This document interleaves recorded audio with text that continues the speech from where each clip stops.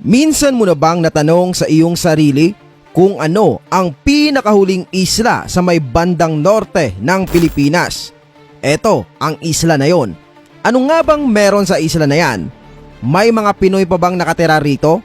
O mga Taiwanese na dahil sobrang lapit na ng naturang lugar sa Taiwan? Well, gusto mong malaman ang buong kwento? Tara, pag-usapan natin yan. Lumaki tayong Angulo at Batanes ay ang mga dulo-to-dulong lugar ng ating bansa. Lumabas pa nga ito sa kanta ng Eat Bulaga, di ba? Mula Batanes hanggang Hulo. Ang awiting ito ay nilapatan ng melody ni Boss Vic. Ito ay unang inilabas noong 1982 sa programa ng Eat Bulaga.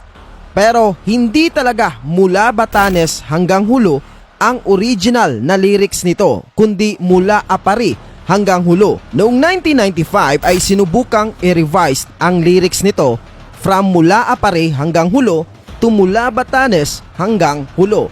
Pero hindi talaga ito sineryosong palitan hanggang sa dumating ang taong 1998 nang sumulat ang gobyerno ng Batanes na ayusin ang lyrics ng kanta dahil tila ba sila ay nakaligtaan ata na para bang hindi sila sakop ng bansang Pilipinas. Ito ay ayon sa ulat ng Eat Bulaga fandom. Well, to make the story short, nabago nga ng tuluyan ang lyrics ng kanta dahil doon. At dito na nga mas nakilala ang Batanes na isa sa pinakamagandang lugar sa Pilipinas.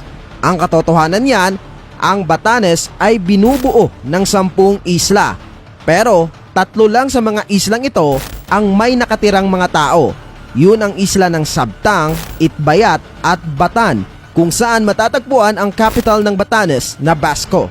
At sa grupo rin ng mga islang ito, matatagpuan ang pinakadulong isla sa may bandang norte ng Pilipinas. Ito ang Mavulis Island. Tinatawag ito ng mga lokal na Wai-Ami o Amianan Island. Kaya kapag sinearch mo sa Google Map makikita mo ang Amianan Island. Iisa lang yan sila sa Mavulis Island. Ang Amianan ay nagmula sa salitang Ilocano na ang ibig sabihin ay North. Tinatawag naman itong Mavulis ng mga Ivatan dahil ito ay hango sa kanilang salita na Di Mavulis na ang ibig sabihin ay Norte. May mga ilang tao na rin ang nakapunta sa islang ito na sobrang lapit na sa bansang Taiwan. 98 kilometers lang ang lalakbayin at mararating mo na ang pinakamalapit na isla na sakop ng bansang Taiwan. Maliit lamang ang isla na ito. Mayroon itong halos 1 kilometro na lapad at 2.2 kilometers na haba. Sa kasalukuyan ay wala pang nakatirang tao o ordinaryong mamamayan rito. Ang lugar ay tinatahanan at binabantayan ng mga sundalo. Ang kuryente rito ay sa pamamagitan ng solar energy. Mahirap na mapuntahan ang islang ito at mahirap din tirahan dahil sa lakas ng hangin at alon na para bang tumatambay sa naturang isla.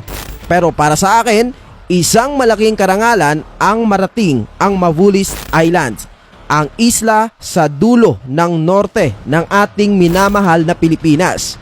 Kung ikaw ay mabibigyan ng pagkakataon, pupuntahan mo ba ang isla na ito? #yes or #no, please comment down below.